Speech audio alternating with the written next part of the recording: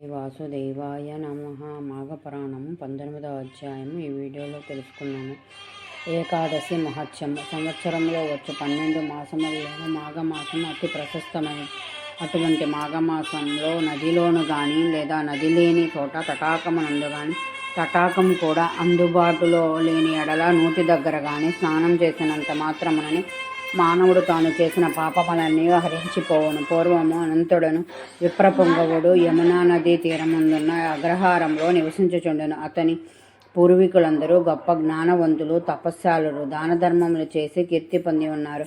అతడు చిన్నతనం నుండి గడసరి పెంకివాడు అయినను తల్లిదండ్రులు భయభక్తుల వలన కొంతవరకు మాత్రమే విద్యను నేర్చుకొనెను. దుష్ట సహవాసములు చేసి అనేక దుర్గుణములు గలవాడయ్యను. మద్యమాంసములు సేవించి కన్నబిడ్డలను కూడా అమ్ముకొనుచుండెను. అలా సంపాదించి ధనవంతుడయ్యను. కొంతకాలానికి వృద్ధుడయ్యను.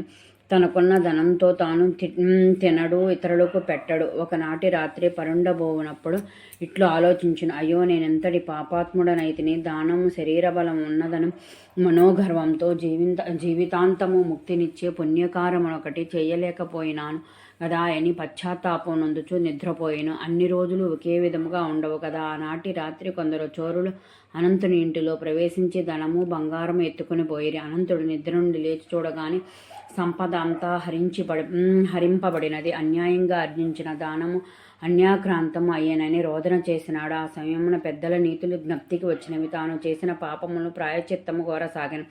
ఆ సమయముననే మాఘమాసము నడుచుచున్నందున యమునా నదికి వెళ్ళి స్నానమాడిన. అందువలన అతనికి మాఘమాస స్నాన ఫలము దక్కెన. నదిలో మునిగి తడిబట్టలతో ఒడ్డుకు వచ్చిన చలికి గడగడ వణికి బెర్ర బిగిసిపోయినాడు. నారాయణ అని ప్రాణాలు విడిచినాడు. ఆ ఒక్క దినమైనను నదిలో స్నానం చేయటం వలన తాను చేసిన పాపములన్నీ నశించిపోయి వైకుంఠవాసుడైన అని వశిష్ఠుడు తెలియజేసిన మాఘపురాణము 19వ అధ్యాయం. నెక్స్ట్ వీడియోలో 20వ అధ్యాయం తెలుసుకుందాం. ఓం నమో భగవతే వాసుదేవాయ నమః. వాసుదేవాయ నమః.